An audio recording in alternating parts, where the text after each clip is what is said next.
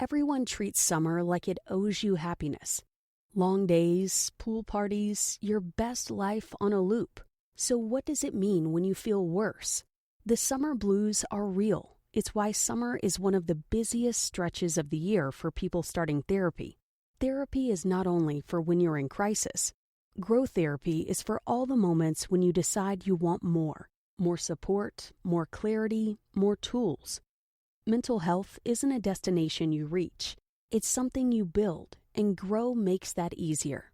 Grow connects you with thousands of high-quality licensed therapists across the U.S., offering both virtual and in-person sessions, nights and weekends. You can search by what matters, like insurance, specialty, identity, or availability, and get started in as little as 2 days. There are no subscriptions, no long-term commitments. You just pay per session.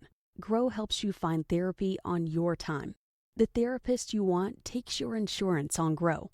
Grow accepts over 125 insurance plans. Sessions average $21 with insurance, and some pay as little as $0 depending on their plan. Visit growtherapy.com/book now today to get started. That's growtherapy.com/book now. growtherapy.com/book now. Availability and coverage vary by state and insurance plan. This Monday.com ad was created by a team of people and AI agents. Reese, our content agent, wrote the copy based on our best practices, like mentioning Monday.com 3 times. That was the second. Johnny, our coordination agent, built the timeline and kept everyone aligned. Olivia, our human creative director, stayed in the loop. Because agents are great, but they don't always know when a joke lands. She had one note: tell listeners it only takes minutes to build an agent. So, minutes. Create your own AI agent today on Monday.com.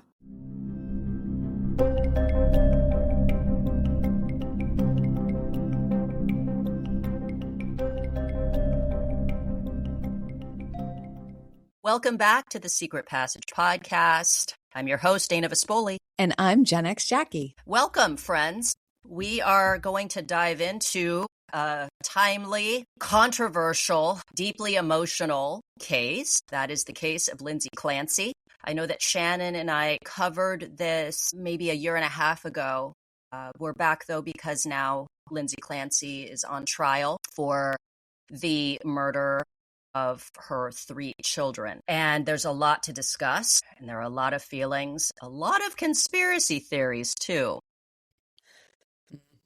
Don't get me started. Yeah. This is a case that I likened it to the Andrea Yates case. Andrea Yates, who killed all of her children. She was deeply, deeply psychotic. And there were some things that kind of echoed that, but also some things that were very different. Namely, in this situation, Lindsay had the full support of her husband, Patrick Clancy. And I know there are people out there who think that somehow Patrick actually killed the 3 children and tried to kill Lindsay because he's a Gemini. I'm sorry. I will just say Geminis do kind of suck. No, I'm just kidding. I'm a Libra and we're awesome. But yeah, so I'm sorry. I had to throw that in there because there are some really out there absurd takes on this, and that we're seeing the best and the worst of social media when it comes to, like, for example, a case like this. I appreciate there's a lot of legal experts weighing in on this case, a lot of pharmacists, a lot of nurses, doctors, forensic analysts, all these types of people are weighing in, and I appreciate it. Also, Brett and Alice at the prosecutors have been covering this as well, which is great to have their take. Mm-hmm. But at the same time, there are people that have pretty substantial followings on like TikTok and Instagram that have decided that they are experts in law, forensics, and medicine. No, they're experts in figuring out what gets clicks, and that's being the contrarian and saying the most outlandish, ridiculous, stupid thing possible, because everybody will be talking about the fact that they think that he killed her because he's a Gemini. Right. Or that Lindsay did this in cold blood.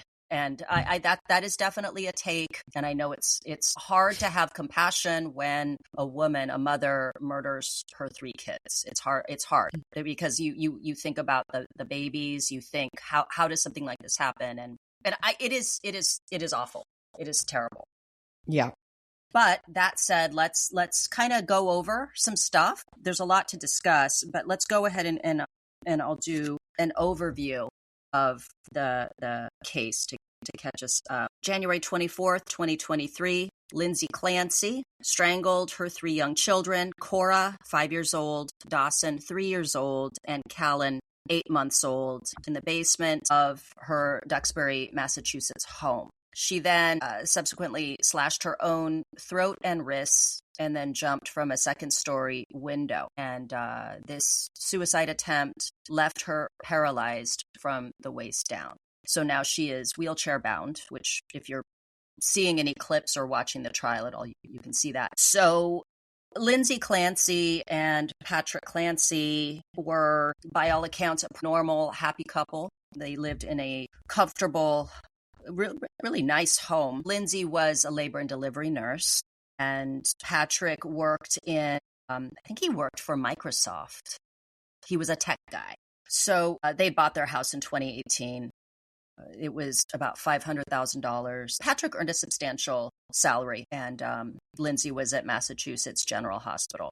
So all that said, they set about making a family, becoming parents. And after Cora was born, Lindsay had a pretty normal reaction. With her postpartum issues didn't actually start until Dawson was born.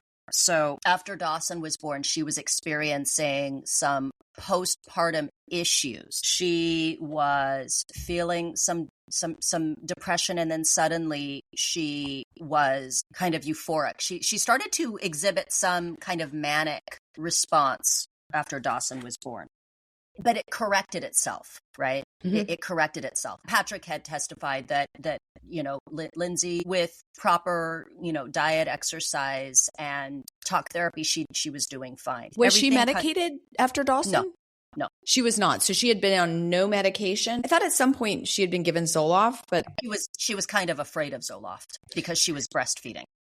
She just seemed to have a real nervousness about medication overall, which I completely relate to because somebody had recommended medication for me with my anxiety when I was in college, and I refused to go on any It wasn't until my late 40s that I agreed to go on medication for my own anxiety. So I feel like she had an aversion to medication. I think when you have anxiety or a mental issue, like I the same as you, I started in my 40s. I think people are resistant because of their mental illness, especially with anxiety. For sure. Absolutely. Yeah. It's like, I don't want to take the drug because it'll be more issues. And it's so helpful. And I want people to know that are out there that are contemplating taking medication that, like, if you can get over that hump, it can absolutely change your life. And I think this case has really raised red flags about medication. And I hate that it's done that because I don't want people to be afraid. That's all I'm going to say. Okay. Yeah, no, it is an imperfect science, just like birth control pills. I remember like Orthonovum 777 completely fucked me up, but my friend was on it even after they perfected, that type of birth control. It's a trial and error thing, which is why it's so important to do it in conjunction. You have your therapist, you have your psychiatrist, they're in communication, you're in communication. You give yourself some time to adjust. Yeah. And yeah, but with Lindsay, I relate to that though. This kind of and of course an anxious OCD person would be afraid of medication. Yes. And even her we'll get to that, but I was going to say even her fixations on it's the medication. I think it's this. I'm afraid I'm addicted to benzos. I'm addicted to benzos. All of that is the part of the mental problem, right? Yeah. Okay. So then things seem to right themselves. So we start to see this surge of mania, right, with Dawson, her second child. And then it rights itself. And then she's okay. And then she has Callan. So May 26, 2022, Lindsay gives birth to Callan. And at first, Lindsay is enthusiastic. She's happy. And then about a month postpartum, Lindsay starts to experience hypomania. So this starts to kind of mirror a little bit what happened with Dawson, that mania. So that probably for Lindsay feels familiar, right? Okay, this is happening again. In July of 2022, and this to me was like red flag. About 2 months postpartum, Lindsay and Patrick run a 5K. That feels a little like, whoa, because, maybe not. And who knows, maybe because this was her third birth, she just bounced back more quickly. But I'm like, okay, she ran a 5K. Then in mid-August of 2022, Patrick goes back to work. And so Callan was about 3 months old at this point. Then in September of 2022, Lindsay and Patrick run another 5K. It's fine, whatever. She is like an overachiever. Yeah. Right. She was one of those people that's an overachiever. And that there's a thing with our culture. We'll discuss it a little bit later, but culturally, and also I think with social media and all of this stuff, I feel like it's a through line to a lot of our episodes as far as social media and the oversaturation of it and the expectations we put on ourselves because of it. For sure. And what we present to the world and what we believe to be real and what we wish was real. And all this kind of plays into it. But Lindsay, for sure, I think it was important to her to just be perfect. Right. So shortly after this 5K, so around September, Lindsay begins experiencing stress and anxiety that feels excessive. And so this is when she meets with Dr. Jennifer Tufts. Dr. Tufts diagnoses her with chronic generalized anxiety disorder and chronic adjustment disorder with depressed mood. And she prescribes Zoloft, which makes sense, right? Mm-hmm. So Lindsay reported anxiety, depressed mood, guilt, racing thoughts. She's also experiencing like poor appetite, all of these things. So anxiety, right? Yeah. Lindsay is afraid to start the Zoloft at first. And so because of Lindsay having a history of developing anxiety symptoms around the 4 to 6 month mark with each child, I think that Lindsay it was that hesitation again. She doesn't state why exactly with Callan she was hesitant with the Zoloft. Doesn't say if it was, again, a breastfeeding issue. She's not comfortable with it. But she hesitates to start, so she waits. By mid-October, Lindsay starts the Zoloft. And so she started off, this is standard. The doctor will prescribe 25 milligrams to start. And then after about a week to adjust, so after about 7 days, you up it to 50 milligrams. And so Lindsay does this. On October 20th, 2022, Lindsay starts complaining that she feels awful. She went 48 hours unable to sleep, paranoid, and suicidal thoughts. So Dr. Tufts discontinues the Zoloft and prescribes Ativan and Benadryl for sleep. So Ativan is a benzodiazepine. And Ativan makes you feel awesome. I know, because I was given Ativan to fly when I was afraid of flying, like way back in the 90s. I'm like, let's get on another plane. I mean, come on. This is fun. But wait, did the doctor say, really quick, did the doctor say when she had issues with sleep, was it a woman or a man? I don't remember. Dr. Tufts is a woman. All that Jennifer Tufts is working with is what is being communicated to her by Lindsay. Lindsay, yes, correct. Yes. So I'm not clear if Lindsay told Dr. Tufts, I am feeling paranoid. I am feeling all of these other things. It seems like Dr. Tufts immediately wanted to address the sleep because lack of sleep, you know what I'm saying? So can create something else. It's just interesting that and we'll get into this later, like the lack of talking between different providers and that whole thing. But it is something that I would expect a psychiatrist, if the sleep is an issue, that they would examine other issues. But I guess you're right. If Lindsay's not communicating all of her symptoms, then maybe, I don't know. I'm not a doctor. I just think it's always a red flag when you're putting somebody on an SSRI and then they say, oh, I have racing thoughts and I can't sleep after taking the drug. Right. That's a red flag. Right. Because as somebody who has taken Zoloft, and the Zoloft worked for me. I also was diagnosed of OCD.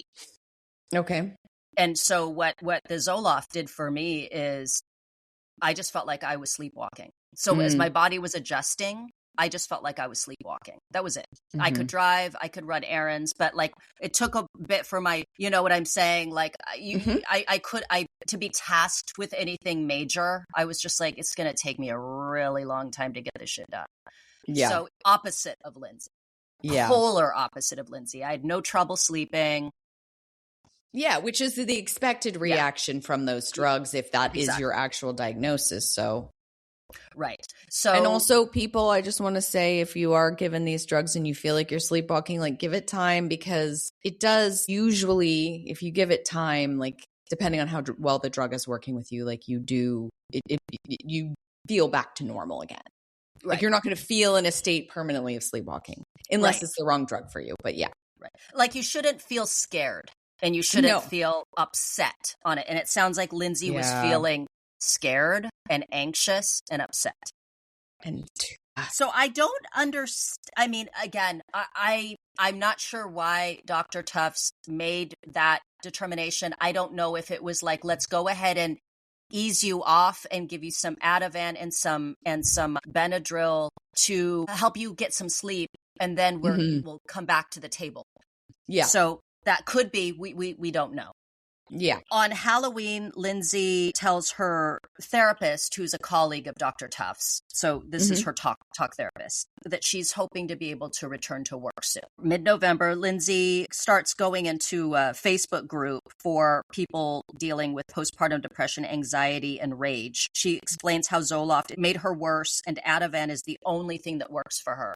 But now she's worried because Ativan is a benzodiazepine, and she now is kind of fixating on this fear of becoming addicted to benzos, which is this, which feels like, again, a sign that she's like medical anxiety. She's like showing medical anxiety fears. So now around this time, the insomnia is getting worse. So we're still in mid-November. The insomnia is getting worse. Lindsay is allegedly only sleeping 3 hours a night, which makes me anxious just reading that. Yeah. And November, the babies and everything. Yes. Yeah, because now she's the mother of 3 kids and they're all little. They're all little, like with Dawson being at a difficult age because he's almost 2 years old. So that's a very, very demanding, needy age. And then you've got the baby. So, yeah. Shortly thereafter, Lindsay goes to the ER for insomnia because now she's really fucking freaking out. So she goes for insomnia, anxiety, and heart palpitations.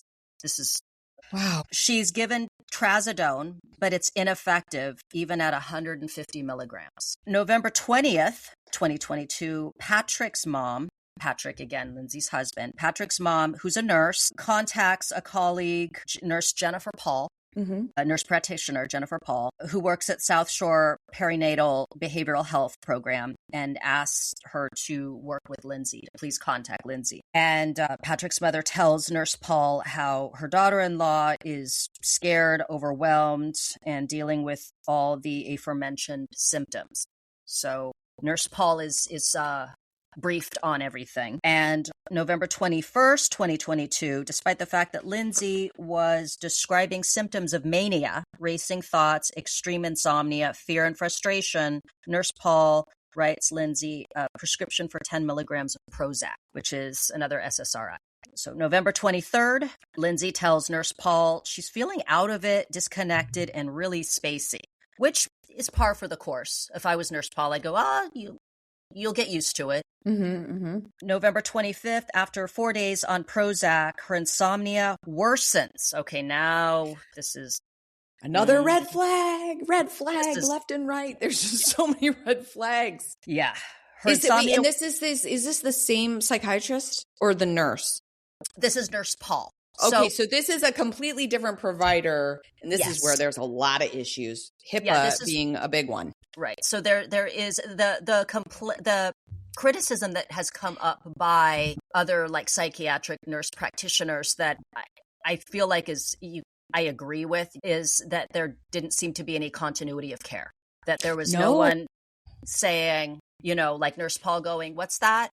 Well, which psychiatrist prescribed what you had? Because you're going to go through someone's history. Yeah. And then Dr. Tufts. Okay, I need to speak to Dr. Tufts. And then seeing some correspondence or some medical records coming up and like reviewing what all has been prescribed. This is interesting, though. I'm wondering if this was mentioned in the trial. Is like, I know, especially for me, like you can't release information. And I don't even think, unless Lindsay agreed to it unless they feel like there's a direct threat to harm or whatever. But like, I don't know if the nurse could be going to the psychiatrist and speaking about Lindsay's case without Lindsay signing off on it. Yeah. I'm not seeing anything come up that Lindsay was even asked. So okay.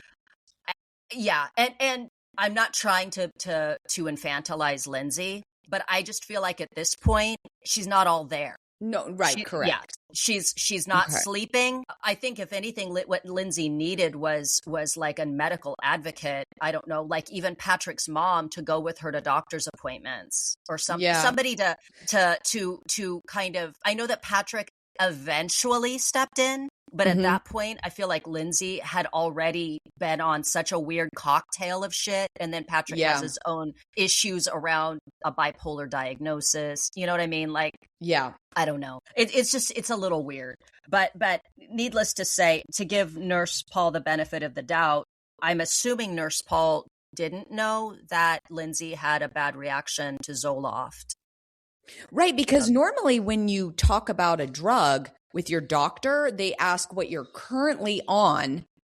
Okay. And then you wouldn't even likely bring it up unless they decided to prescribe it again. Like if they were to say, hey, I'm going to give you, what was it? The first one she was on was Zoloft? Zoloft.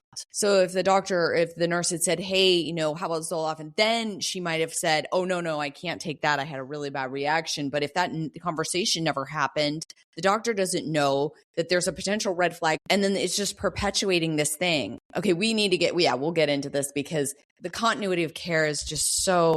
It's not there. It's not there. And how can it be there given all the privacy laws and HIPAA laws and things like that we have to adhere to just as like professionals. So. Yeah. And it could be that Lindsay, the symptoms that Lindsay described that she didn't like with Zoloft were not ones that raised the red flag. Know. Yeah.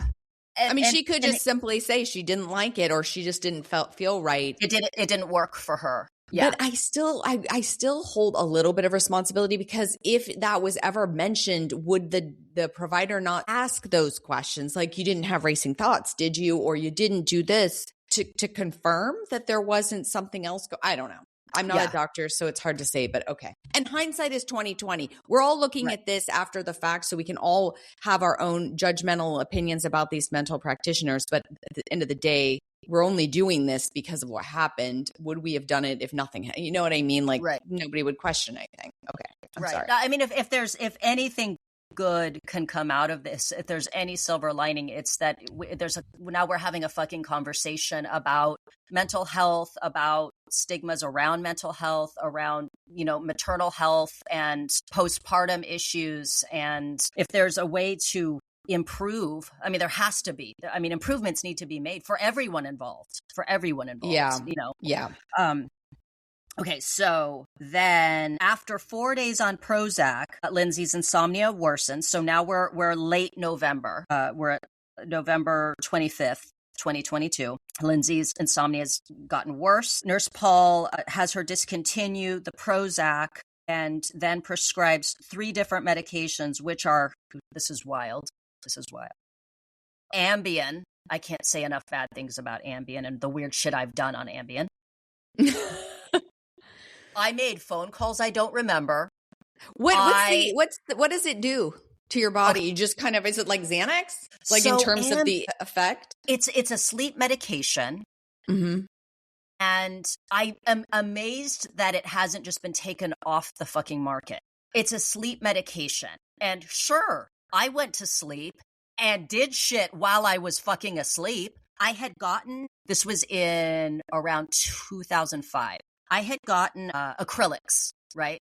Back when I used to wear acrylic nails. Ugh. So that night, I took Ambien. I was dealing with a lot of shit. I go to sleep. I wake up in the morning. My acrylics are gone. I go into the bathroom. There's nail polish remover, nail clippers, nail file, nail polish just sitting on the floor. I had gone into the bathroom and had fucking taken off my acrylic. And it's hard to take them off. Oh, like, I was just saying, how would you not have torn off your own nail? I mean, my nails were absolute shit. And I had painted over because they looked so bad. I had filed down like the chunks of acrylic that were still there. I'd filed them down. And I had put on this nail polish that was also like on my fingers because I had, and I had called like 3 people and had conversations with them. Someone that I know, this friend of mine, his girlfriend had taken Ambien on like an international flight, took off her clothes and wandered up and down the aisle in her underwear,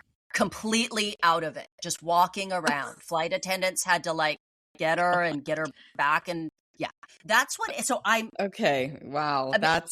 I don't know why anybody takes Ambien. Yeah. Okay. But so listen to this God. absolutely exciting cocktail that she was prescribed. Ambien, Remeron, and Klonopin. Klonopin is another fun one. Right? Yeah, my dear friend was on Klonopin for many years. This should tell you everything you need to know. None of these helped Lindsay with sleep. The Klonopin alone should have knocked her on her ass. She should have been on her ass, napping the rest of the week. Yeah. She should have like slept 2 days straight on fucking Klonopin. So on the 26th, after taking Remeron, Lindsay experiences dissociation. She's not able to determine what is real and what is not. Mm-hmm. She's confused and unable to drive or be alone. So she's afraid to be alone. Okay. Late November 2022, Lindsay tells Nurse Paul that she's still struggling with sleep. Disoriented, and now she's terrified of becoming addicted to benzos. So like Klonopin is another benzodiazepine. So each step of the way she's been, she was taking Ativan and then taking Klonopin. And so she's afraid of becoming addicted to it. And she also feels like she's in a constant state of panic. Again, she should be like, Klonopin alone should have sedated her. Yeah. And then the combination of Klonopin and Ambien should have at least put her in a state of like not being anxious. Yeah. So then on the 29th, November 29th, Lindsay starts being treated by Nurse Paul's colleague, Nurse Gelada. So Nurse Paul moves on to some other place. So she sends Lindsay over to Nurse Gelada. Lindsay tells Nurse Gelada that she's becoming physically dependent on benzos. But she says she can't sleep. I think she's not sleeping enough. I think that's the thing. Enough. I think that Okay. Yeah, I think that when she's so there are periods where she's in such hypomania that she is not sleeping at all. And then I think with the benzos, that's when she's getting like maybe 3 hours of sleep a night. So she's getting chunks of sleep, but nothing that's like healthy, good, like sustained REM sleep. Got it. Okay.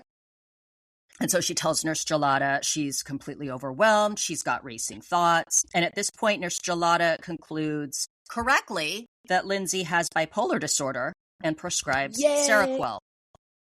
After starting Seroquel, Lindsay's condition radically shifts and gets worse. Worse? Okay. With the Seroquel? Yeah, but here's the thing. Okay. And I'm saying yay, just for those that don't have video. I'm saying yay because finally an accurate diagnosis was made, which, Lindsay, again, I've said this before, but like so many people have bipolar disorder and nobody commits a crime and it really has nothing to do with that. But like getting this bipolar disorder under control would have been important a long, long ass time ago because postpartum psychosis is linked to bipolar disorder. Not for everybody, but it is. Yeah. It's so here are my thoughts again. Yeah. I'm not a doctor, guys. I'm not a doctor, but I can't help but wonder if this influences it.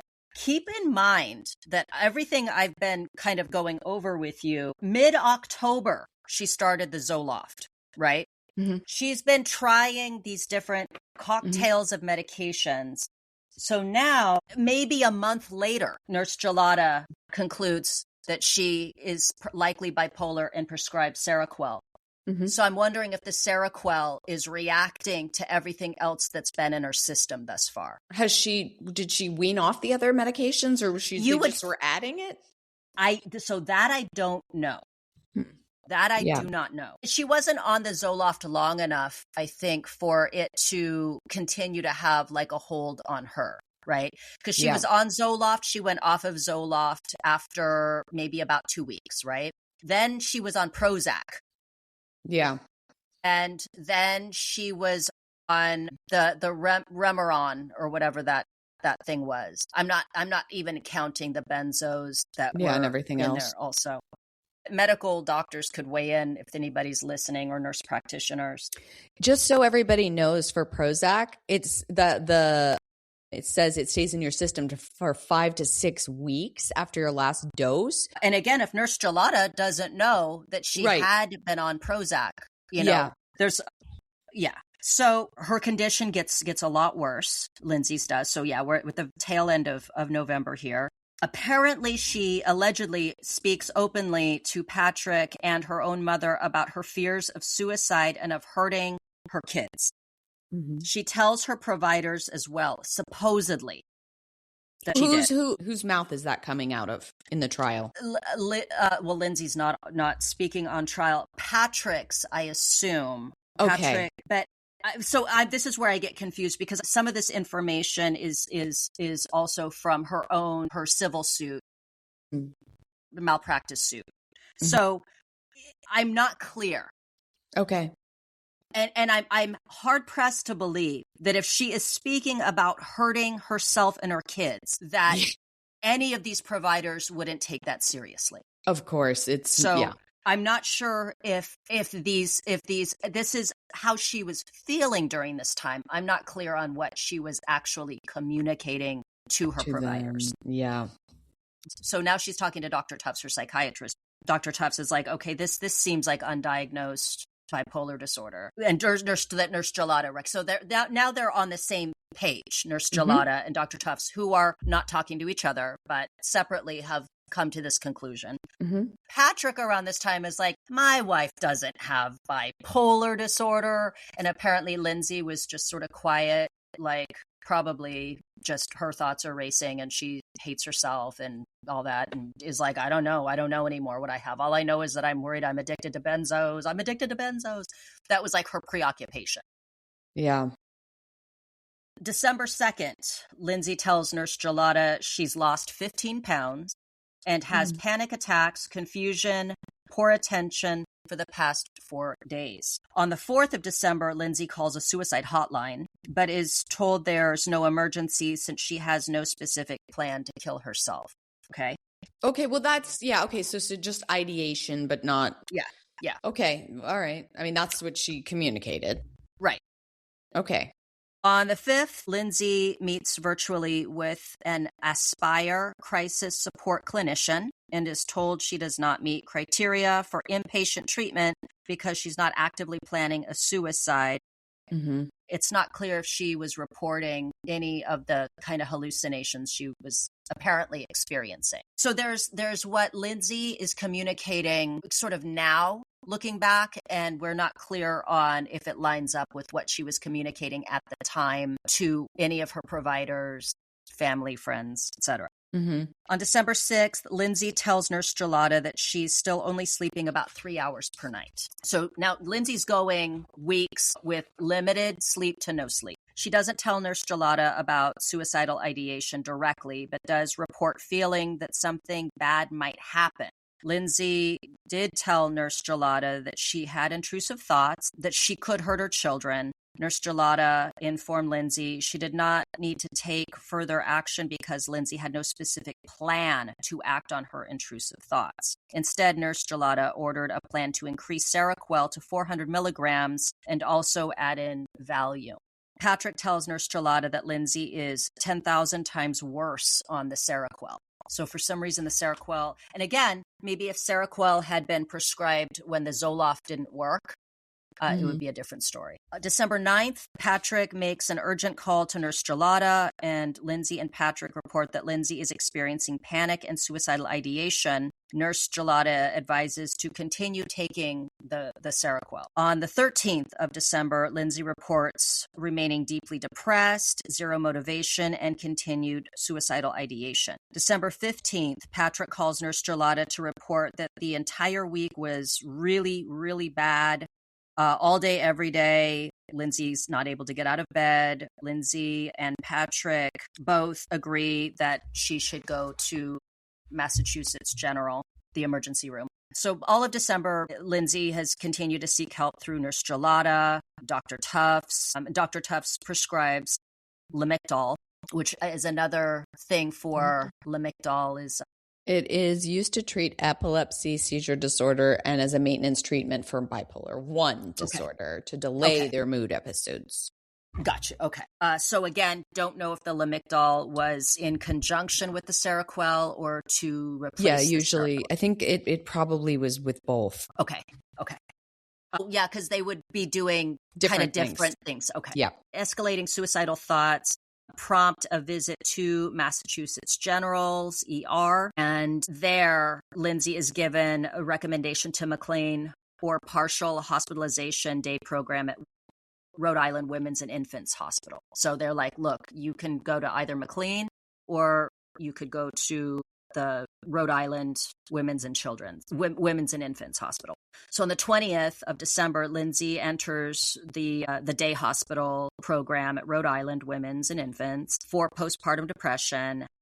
She reports heart palpitations. So she's telling them this. She has heart palpitations, severe depression, feelings of numbness, life becoming a disaster. Also says, and this is weird, she cannot feel fear, which is really eerie when we look at what ends up happening about a month later. Yeah. Dr. Diaz at Rhode Island Women's and Infants Hospital concluded that Lindsay did not have postpartum depression and rejected a bipolar diagnosis because of no history of hypomania or psychosis or family history. They allege this is due to inadequate history, that again, there was no, again, the lack of continuity of care. I don't know you if would this think when they're admitting somebody to a hospital that there would be protocols in place to look at somebody's medical history. I would think that would be standard. I would but think I guess so. it's Now, not.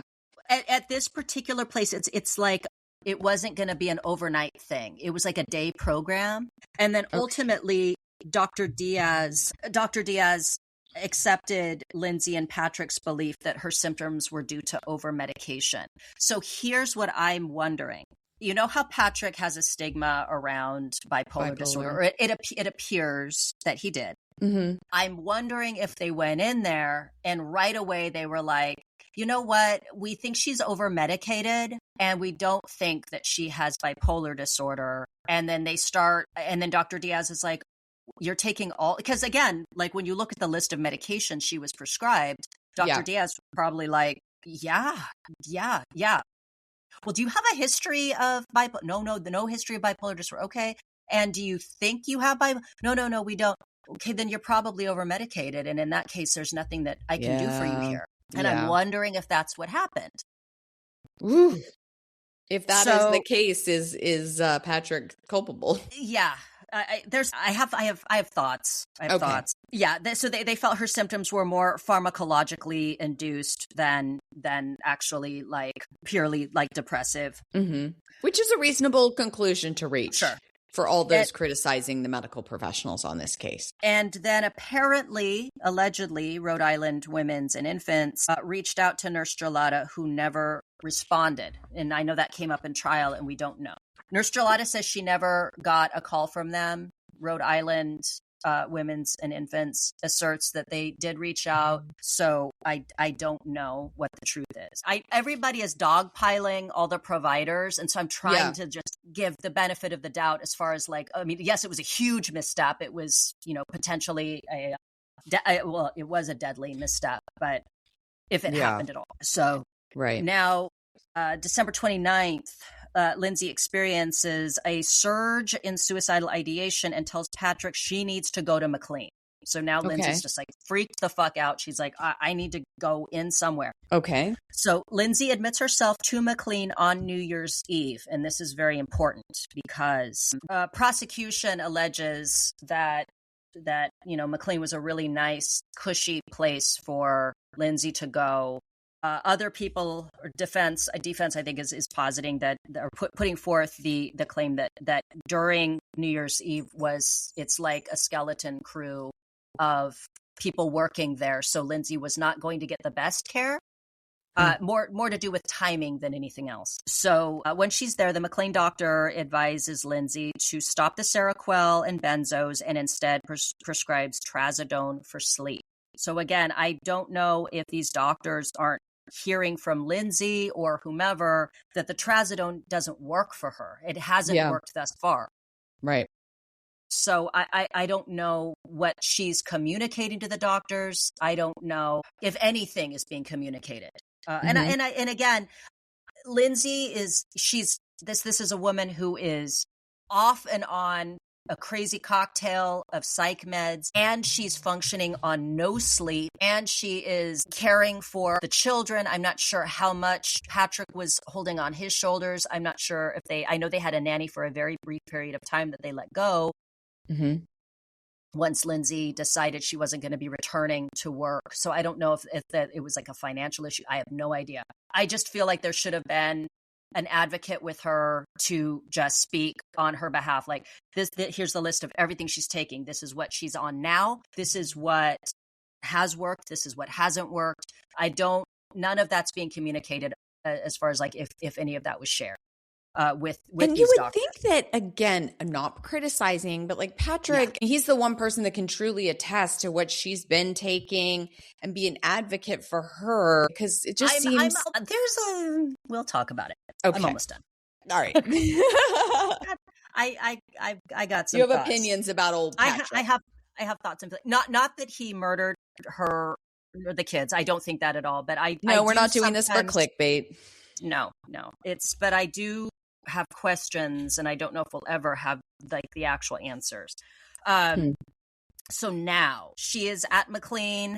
She's there for a couple days, and on January 4th, 2023, Lindsay's thoughts have improved since the Seroquel decreased, and she's approved for discharge after 4 or 5 days. So Dr. Goodhart at McLean calls Lindsay after she's discharged and speaks to her for about 10 minutes, and she offers up some names of antidepressants that she might be interested in looking at moving forward, including amitriptyline.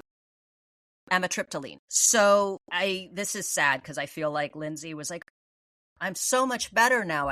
My everything's great, and this is good because I got to get out for Cora's birthday. On January 6th, Lindsay sees Dr. Tufts, who updates Lindsay's diagnosis to chronic major depressive disorder, single episode moderate. Keep in mind, she could have gone with severe, with or without psychotic features, but she went with moderate. So I don't know if it's because Lindsay was presenting better.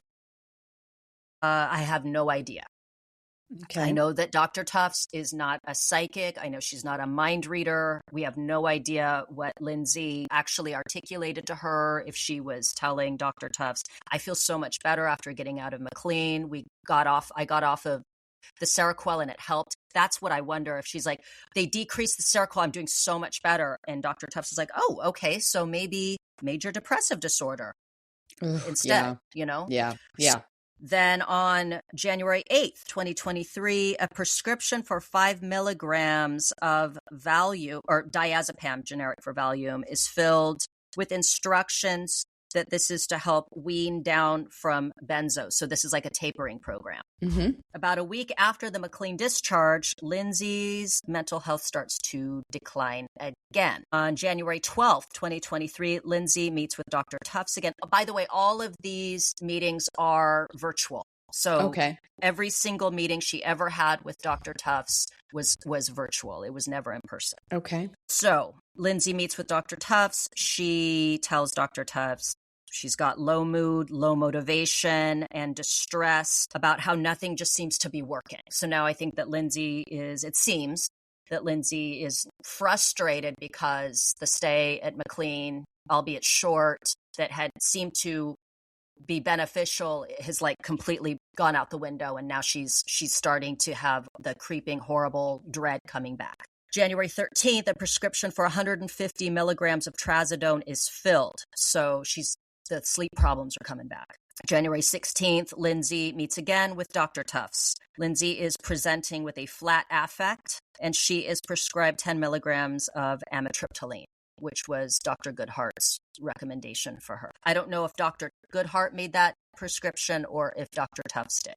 I think Dr. Tufts, because this was after her virtual visit with Dr. Tufts. January 20th, 2023, Lindsay searches, what is a psychopath online? January 22nd, 2023, Lindsay, Patrick, and the two older kids, Cora and Dawson, go to dinner at a friend's house. Lindsay appears fairly normal, mostly quiet, and she's just on her phone. January 23rd, 2023, Lindsay meets with Dr. Tufts. Lindsay's anxious, mood flat, feels numb, no motivation.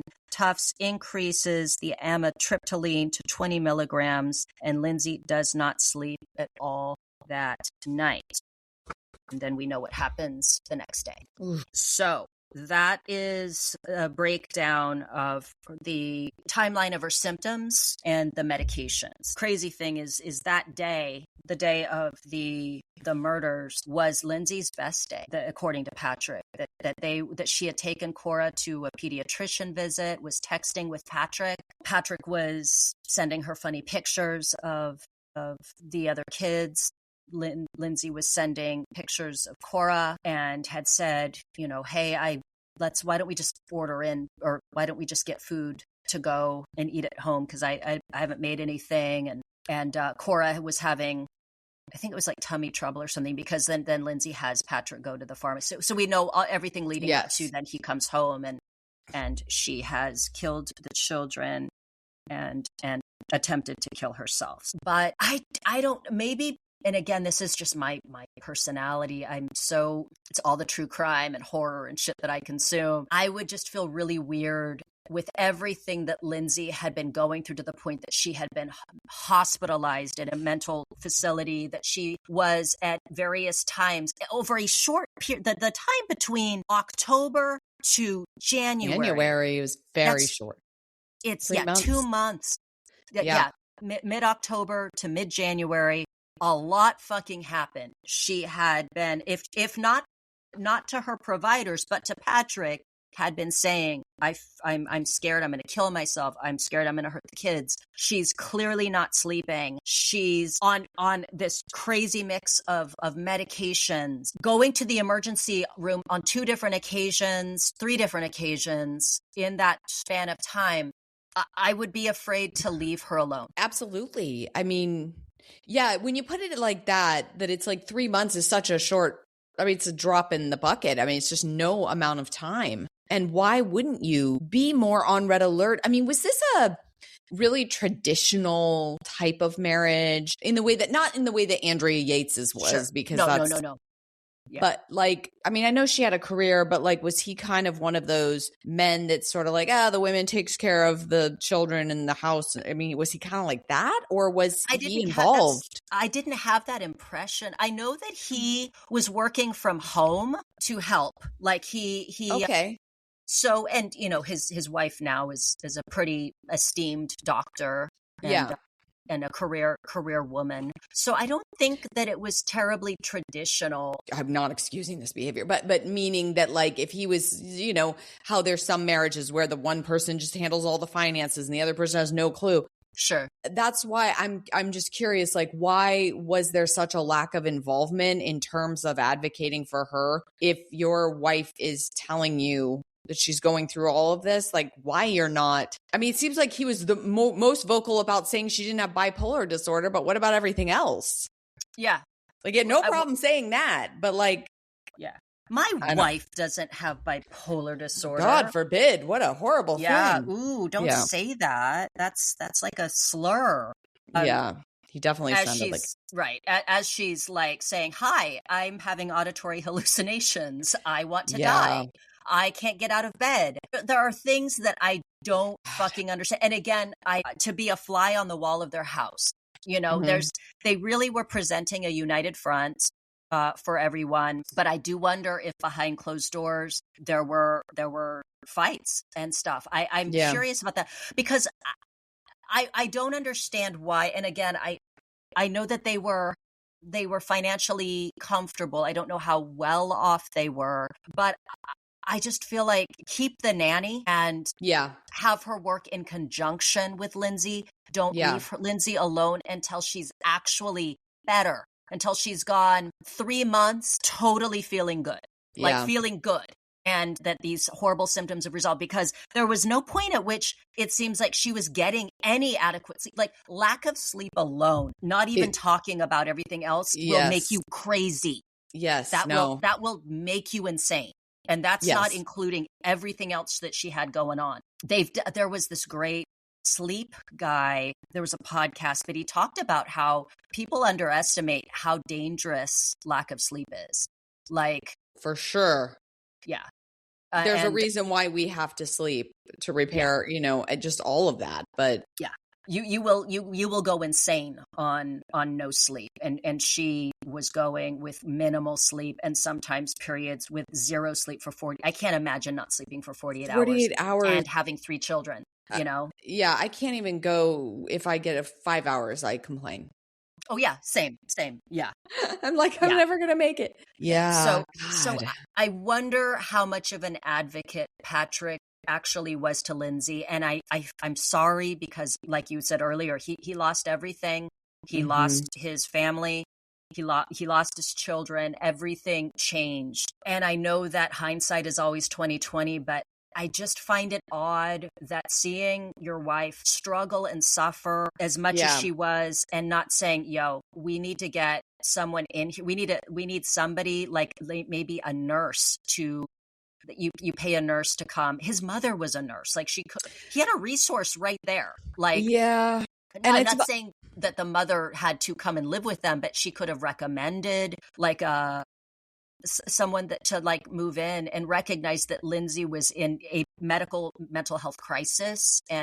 But I don't think again, this is just my assessment, is that like, given his aversion to acknowledging the bipolar disorder potential diagnosis, that I wonder if mental health was just not something discussed in that family, or he didn't really view it as like something that is, I mean, because a lot of people will look at physical ailments and like, oh, we must heal that broken foot.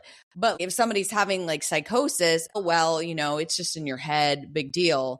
Like, who knows what his aversions and thoughts were towards mental health? And if he had them, why would he go get her help? Because, I mean, and again, why I said, like, is he a traditional person? Like, did he go, oh, well, just a woman having her moods? I mean, I don't know. Again, I'm just saying, like, what could be going through his mind of why he wouldn't? Because if anyone in my life was behaving like this, I would be writing down everything. I would be going to the appointment with them. And so it seems as if he maybe didn't take it as seriously because it was a mental health episode. And it just maybe isn't as, I don't know. Right. And to be fair, she was fine with after the 2 other children. Now, Dawson was a little, but the Dawson thing resolved itself. Like after Dawson was born, when she was starting to be like, So she had like agitation after him, or wasn't sleeping, or what were the symptoms after Dawson? Okay. So with Cora, totally fine.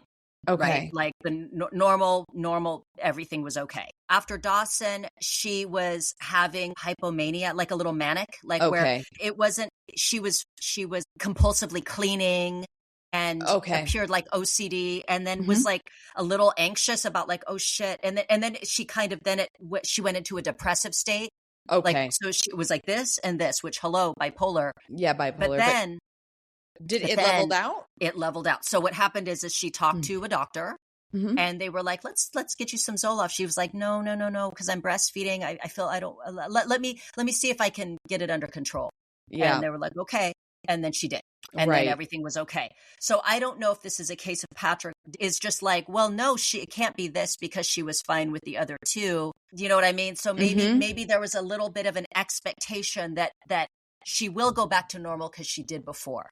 Yeah. And this is just extra bad for whatever reason, but she'll go back to normal. Because I don't know, if somebody proposed, hey, the symptoms are pointing to this, and they're a psychiatrist, I would defer to them. I would go, okay, then that's what it is. But like, I'm like, hi, Patrick, you work in tech. You work at Microsoft. What do you fucking know? What do you fucking know? I'm sorry you're offended by the mere suggestion that this could be bipolar disorder, but you know. Yeah, so. I wonder if she also had aversions to it, because there are those people that, I mean, you know, my family is one of them, where they don't believe that mental illness is a thing. Right. Unless it's something that's like very, you know, presents very obviously in general public, like a schizophrenic episode or that kind of thing, or psychosis sometimes, not always, but, you know, because she was resistant to the Zoloft, and I know it was because she was breastfeeding, but I wonder if in that house, it wasn't something that was even discussed. I'm just wondering if that was like the culture in their house. And so therefore he wasn't able to, or wasn't comfortable acknowledging it. I think the nurse said she had intrusive thoughts, but that is extremely different than psychosis. And I don't know if, because psychosis is, you know, you're hearing somebody tell you to do something, but the intrusive thought is just, well, like when you're driving, what if I just swerved my car and hit that? Like, you know, we all have them on whatever level they are. We can have crazy things, but those things don't equate to psychosis. It's a very different thing. And I hope people understand that. Like, so I don't know when she was saying psychosis, if that was ever communicated to the nurse, because the nurse said on the stand, it was intrusive thoughts. And that doesn't necessarily mean that something nefarious is going to happen. Right. No. And the unfortunate thing in the imperfect system and science of this is that a lot of what someone has to go on is you providing them accurate information. Yeah. And that's the thing. I'm fortunate because it's funny, in 2021, when I had a referral to speak to a psychiatrist about what I believed was like severe anxiety. Mm-hmm. I reached a point where I was like, I can't fucking do this anymore. Like this is becoming debilitating. And it was just a whole bunch of shit happening all at once, right? Yeah. We were all going through some shit during COVID times. But I remember just sharing my symptoms with her. And I was like, this is what's happening. You know, you're doing all of that. She's making notes. And then she's like, okay, I'm going to start you on, you know, we'll start on 25 milligrams of Zoloft. And I was like, Zoloft, I thought you would say, you know, Lexapro or something like that. Because I was thinking about what everyone I knew was taking. And she said, I think that what you're describing to me is more obsessive compulsive disorder presenting as anxiety. And I was like, and it became clear to me, and it worked. But she was going based off of the information I was giving her. Yeah. And so I'm fortunate because, you know, what I was dealing with was pretty cut and dry. Whereas Lindsay, you were of sound mind. Yeah, you're of sound mind. And I was, yes. And so there is that. So if Lindsay is sitting opposite, you know, Dr. Tufts on her screen and she's telling, and if Lindsay is withholding information because she's afraid of how things might look. And let's be clear, I think that Lindsay cared a lot about what people thought of her. I think she did. I think she had perfection syndrome. This is a woman that really, I think, took pride in the fact that she was, you know, had her shit together. She was an overachiever, as I said earlier. I think she very much was an overachiever, that she put a lot of expectations. Her social media, I think, shared a lot of that kind of needing people to see her as having her shit together. But also there's that fear. What happens when you're talking to your psychiatrist and you say, I think about killing myself and killing my kids? Yeah, they have to. I mean, we're mandated reporters like anyone. They're mandated reporters. Yeah, so you make the call. I mean, in the defense of them not making the call was that she said that she didn't have a plan.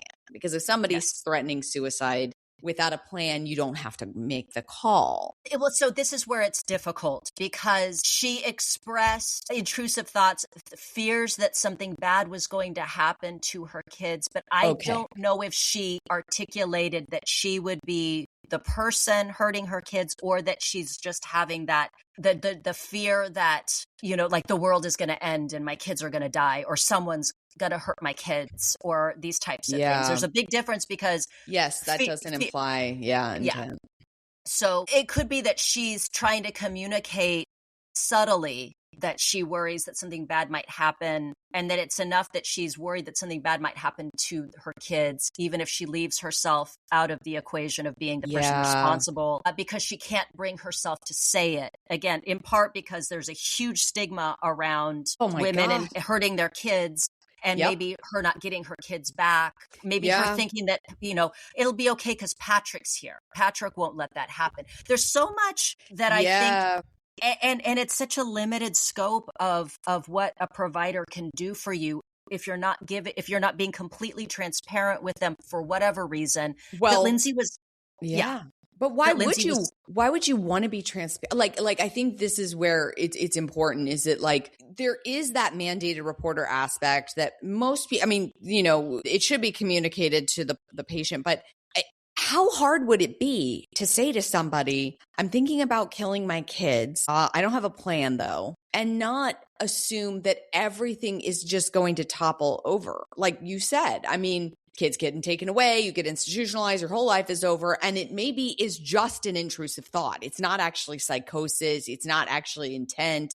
And so it's that weird slippery slope of how do we provide for people an opportunity to share something that is it's sort of like, I mean, not to go back to the pedophile thing, but I did do my master's thesis on it. But like the fact that like a lot of pedophiles that are non-offending cannot tell a therapist because they're so terrified that they're going to get reported. I don't think it's mandated unless there's intent. It's very tricky. I don't know what can be done realistically, because so much, it's like the light bulb joke. How many psychiatrists does it take to change a light bulb? One, but the light bulb has to be willing to change. And that's the thing. It's like, I can only help you with the information you give me. I have to take your word for it because there's nothing else. Like, I could have gotten on my telehealth thing and said a whole bunch of weird shit. She doesn't know. No, they don't. There's no point of reference. She can't even pull a medical file on me to even know, because this is the first time I've come to anyone for a referral for a medication. And sadly, she has to take my word for it. She has to take your word for it. Like a therapist can only hear from their client. I mean, it's exactly what you said. And if the client is not fully disclosing for fear that they're going to get in trouble or lose their kids, or maybe just not even having the thought. I mean, like, was she thinking like, oh, I was on Zoloft and the half-life of it is however long? Do you know what I'm saying? There's so many things. And I think it's the same thing where the psychiatrist was getting criticized, but people don't realize that like it is exactly what you said. It's sort of trial by error, and that sucks, but we're all individuals. Our brains all function differently. We all respond differently to different medications, and sometimes you just have to figure it out. And sadly, in her case, because people weren't talking and information wasn't disclosed due to privacy laws, due to her lack of disclosure, then she's in this situation where she's not being treated for her actual issue. Do you think this could, like, if they had gotten her on the right medication right out of the gate, do you think that she would have committed this crime? That is a really good question. I think that there are a few things that, well, here's the thing. I think that she is not guilty by reason of insanity. I don't know what that means in the context of the 3 kids. I don't think that Lindsay was in her right mind at all. I think that there's evidence now looking back of like a steady decline in her mental health. I think that it seems to be related to postpartum issues, although most of the time postpartum psychosis presents earlier, because Callan was 8 months old, but there was a steady decline leading up to this, even after he was born, because she started to show the mania. And it was kind of like this wave that then just, it got more and more extreme. I don't know what the insanity is related to. Yeah, I don't know, but I don't think she was in her right mind. And there was nothing in her behavior leading up to this.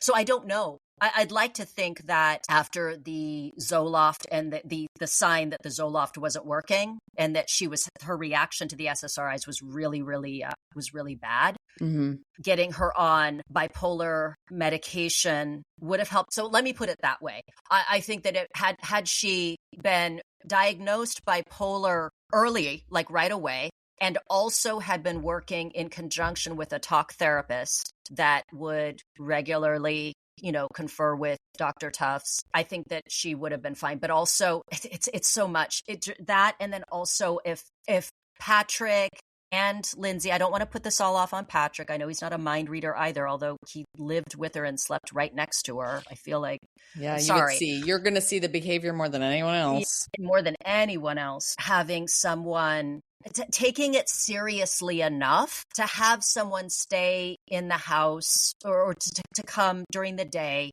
to help with the kids, to help Lindsay with the kids, to give Lindsay a break and let her adjust to the medication without also being responsible for the kids, which is only going to add to the anxiety. Of course.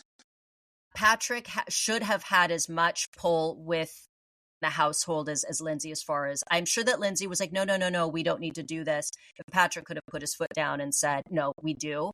I'm their dad. I'm concerned for their safety. I'm concerned for your safety, and we need a nanny until all of this resolves. I don't care if you're not going back to work. You're not going to be responsible for all the kids. You need help. So taking things seriously. And that does bring to mind again, the whole, like, you don't have BPD makes me feel like that's along the same lines as you're not crazy. You're fine. Yeah. And coupled with the fact that I wonder if it was just a thing in their house, because her not going to talk therapy, it's easy to take a pill, but actually to be in therapy, if there's shame about that, like being somebody that needs that, because you can hide medication, you can take the pill and nobody will know. But so maybe there was an aversion in that family just to mental health being a real issue in the sense of like the acknowledgement of it. You know what's it's so funny you say that, because now it really clicks, and that is the talk therapy should be the first line of defense. The psych drugs should be the last line of defense, meaning you go here, you work through it, you come to a conclusion.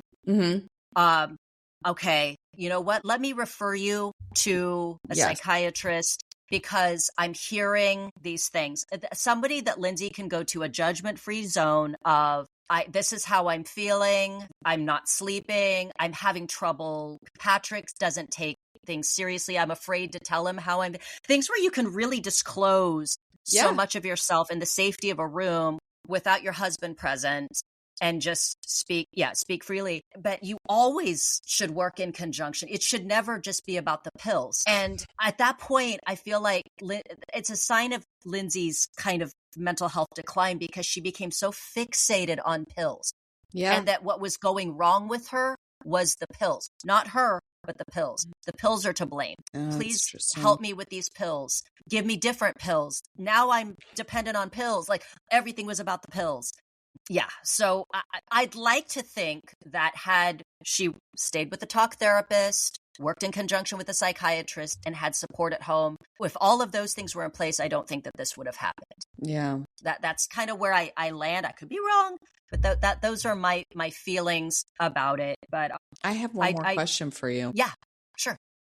So, okay, I think we all universally believe, most of us, that she had a psychotic break. Okay. I think that's, and to be found guilty by reason of insanity is absolutely justified in this case. Yeah. So that being said, 3 kids are dead. So what is justice in this situation? Justice in this situation is that Lindsay will never be able to have another child. She can't. She's paralyzed from the waist down. She's going to spend the rest of her life in a wheelchair, struggling with suicidal thoughts. Her attorney says she can't be left alone because she wants to kill herself. She, in fact, inflicted her own justice upon herself. Justice in this situation would be that mental health would not be stigmatized, and that people wouldn't think that bipolar disorder is a dirty word, and that there was more resources and education available for women struggling with postpartum issues.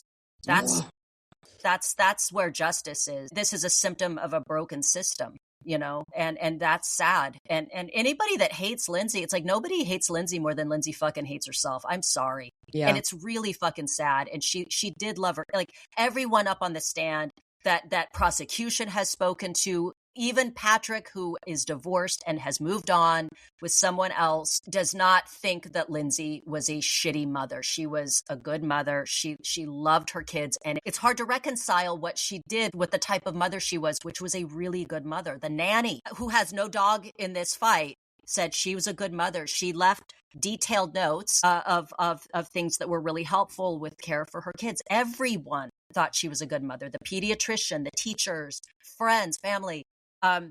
Everyone that the prosecution has brought up to try and make a case against Lindsay has not spoken ill of Lindsay. So if you want to judge her because of this horrible thing that, again, Andrea Yates did the same fucking thing. Yeah.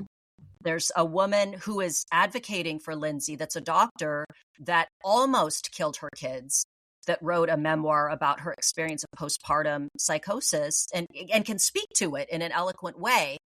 Having come out the other side of it is like, she's speaking up for Lindsay. Again, if you want Lindsay to be hurt, she's already hurt. She's never going to walk again. She lost her husband. She lost her kids by her own hand. People are weighing in on her life and everything all over social media and this very public trial. Yeah, justice. You win.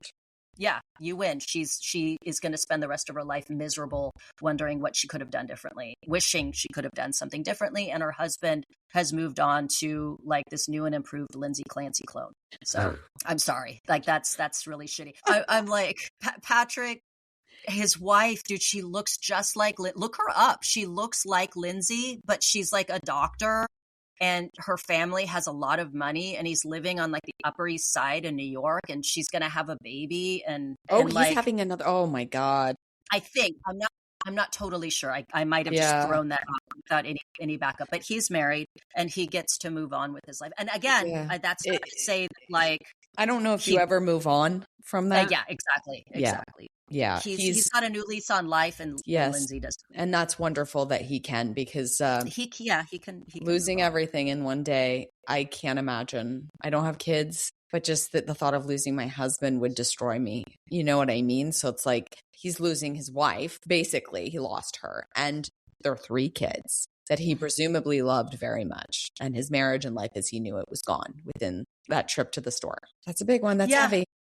Yeah. And, he didn't have to leave her alone with all 3 kids. I'm just saying, he didn't have to. No one held a gun to Patrick's head and said, leave her alone with the 3 kids. But she was experiencing suicidal ideation. Didn't you say that was her best day? And so maybe he felt like it was okay. I know. And hindsight is always 20/20. And I'm sure that no one more than Patrick wishes he had done things a little differently, and Lindsay wishes she had done things differently, and it's all very tragic. How do you think this is going to wrap up? Because we got another couple weeks, I think, of this trial. If you had to guess. I mean, I'm assuming that, I think it's just very predictable. It's going to be, guilty by reason of insanity. I think she's going to be sent to like a mental institution, or, a mental facility. I don't know what they have in Massachusetts, how that works. I'm assuming they have those. I'm sure they do, because that's where Andrea Yates is in one. Oh, she's in Massachusetts too? Or no. She's at a essentially, like, I guess you could call it like a psychiatric, not prison, but something like that. Yeah, I'm assuming that she probably will get life. Like, I think she'll be institutionalized for the rest of her life. I would assume. You don't? It depends. If she's found not guilty by reason of insanity, which is what happened with Andrea Yates, and I know that things are a little bit different. I mean, Andrea's was more like flagrant in presentation. Like, she just was clearly unwell for a long period of time. Yeah. She has been given the opportunity for release because, it's decades upon decades later. She's not a threat to society. She can't have any more children. Not that I think she would even want to. She has opted to stay.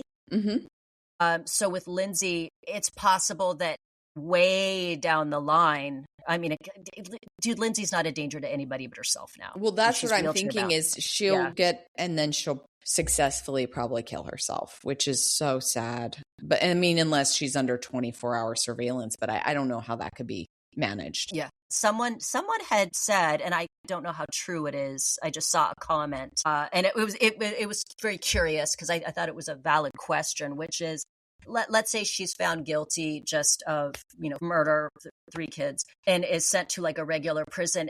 Is a regular prison even set up to accommodate her, given her state? There's no way. Like I would be absolutely floored if it's not reasoned by insanity. I would be floored if it was first degree murder. I just don't.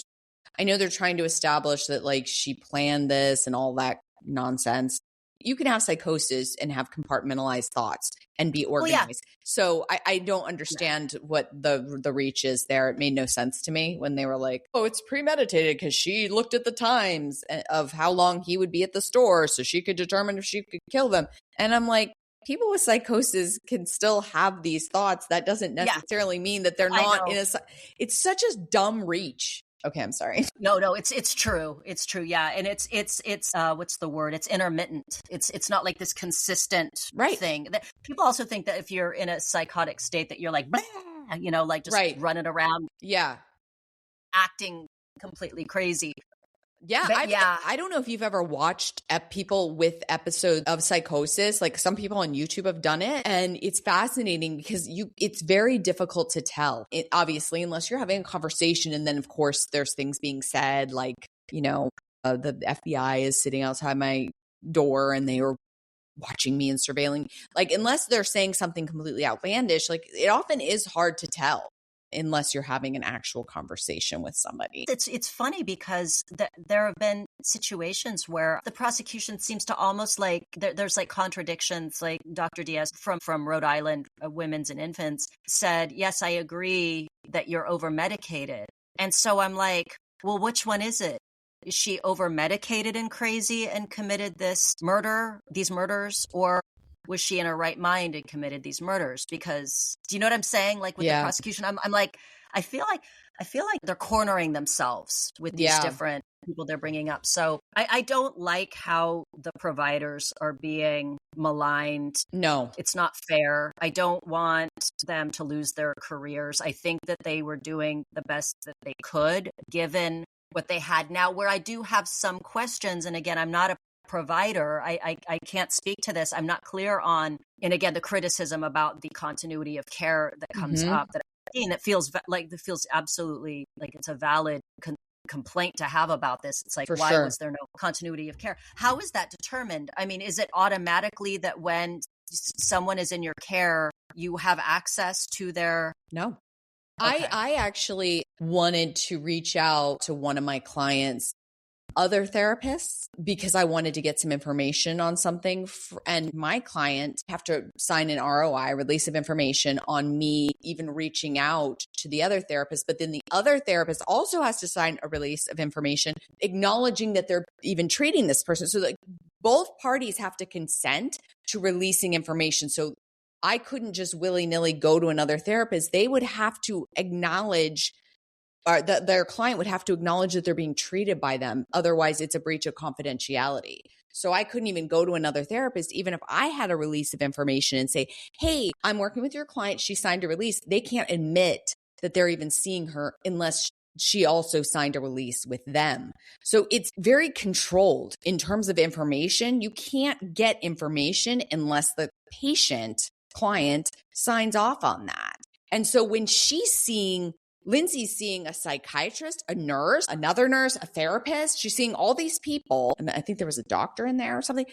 I mean, they're not talking to each other. So how would anyone know? It's like exactly what you said. It's up to her to disclose that information or sign a release, which why would she do that? I mean, I don't think most people are thinking, oh, I mean, I need to do this.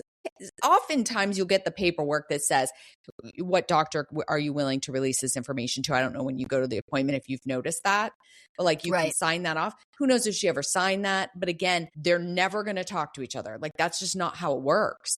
And so how would they know? So again, unless there's like massive medical malpractice and she just has the worst, most shitty luck ever and has only ever seen incompetent people, I think it's safe to assume that these are not incompetent people. They're people that did not have a full picture of the whole person.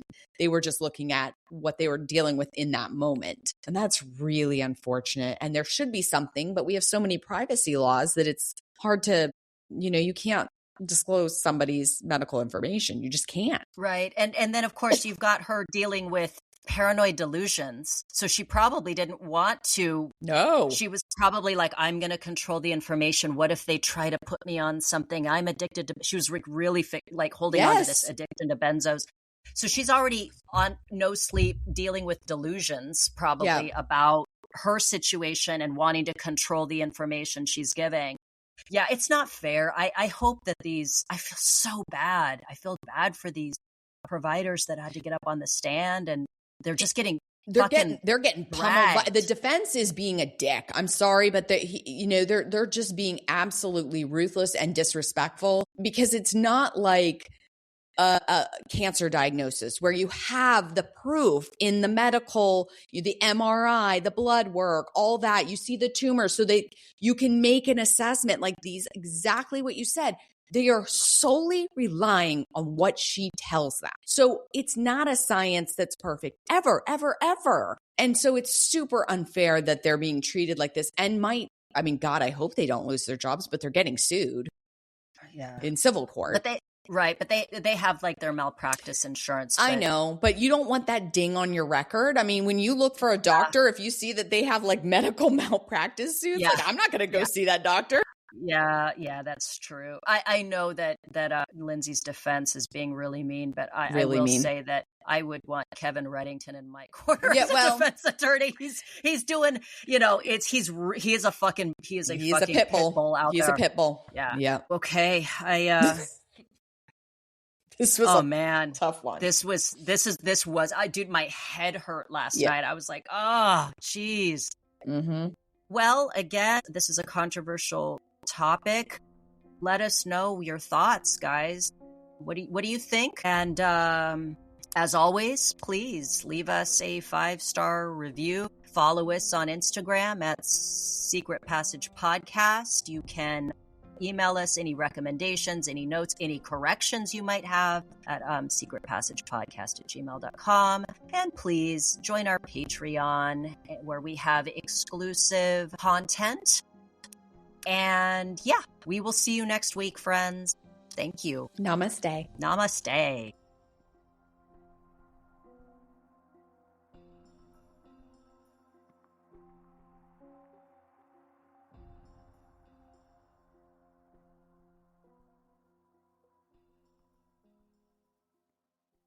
Are you noticing your car insurance rate creep up even without tickets or claims? You're not alone. That's why there's Jerry, your proactive insurance assistant. Jerry handles the legwork by comparing quotes side by side from over 50 top insurers so you can confidently hit buy. No spam calls, no hidden fees. Jerry even tracks rates and alerts you when it's best to shop. Drivers who save with Jerry could save over $1,300 a year. Don't settle for higher rates. Download the Jerry app or visit jerry.ai/libsyn today. That's jerry.ai/LIBSYN. When you need to send the perfect rose bouquet, only one brand can say they've been the floral authority for 50 years. 1-800-Flowers. Why should you trust 1-800-Flowers? They hand-select every stem to ensure top quality. And with nationwide delivery, smiles and satisfaction are 100% guaranteed. And right now, when you order a dozen multicolored roses, we'll double it at no extra cost. Don't miss out on this limited time offer. Order today at 1-800-Flowers.com/podcast. That's 1-800-Flowers.com/podcast.